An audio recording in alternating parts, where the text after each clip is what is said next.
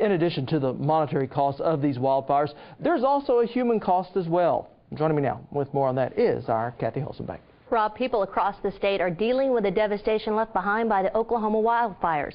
Earlier, we went to just outside Prague, Oklahoma, where we met a family who is still dealing with the personal toll these fires are taking. The honeymoon ended abruptly for Jason and Shelly Wilson. The Prague couple returned home from their honeymoon on January 1st, relaxed in their new home, and woke to the smell of fire. All we could do is hope that maybe the wind would shift. The wind didn't shift, and the Wilsons lost everything. Still, they're counting their blessings. We've been really fortunate. We've had a lot of support from our families and friends and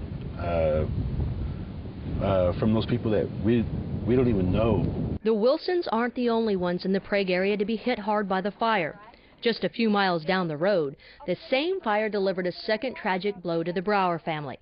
Glenn Brauer was making funeral arrangements for his father when he found out the fire was headed to his home. These little pieces are pieces to a miniature nativity set. Oh, wow.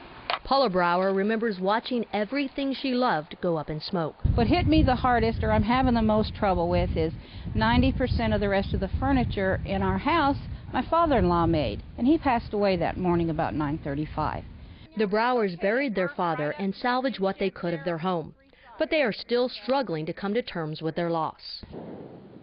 Like the Wilsons and the Brauers, Margo Weger says the fire on January 1st left a mark that won't soon be erased.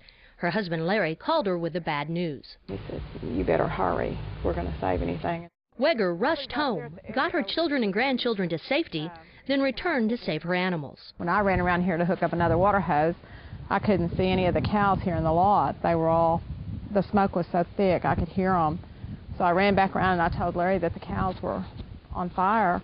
Weger, her husband, and a neighbor fought the fire until they were surrounded by smoke and flames. I thought we were probably going to die of smoke inhalation before we got through the lot. And I thought the cows, I just thought all the cows would be dead. The Wegers survived by driving a tractor through the smoke. Most of their animals made it through okay, although their show hogs were singed and one cow succumbed to dust pneumonia a week later.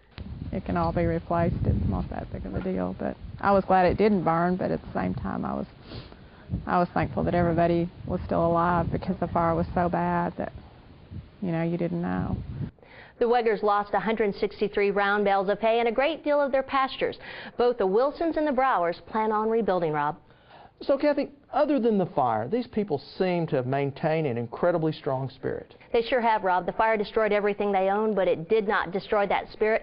In fact, the people who lost everything expressed a gratefulness to those who helped, and that newlywed couple, Shelly and Jason Wilson, said they want to help other fire victims. All right, great story, Kathy. We appreciate it.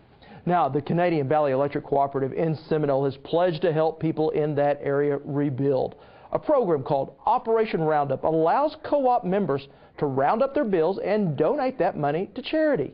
Now, the co-op is granting money to fire victims to help clean up, rebuild, and even buy appliances.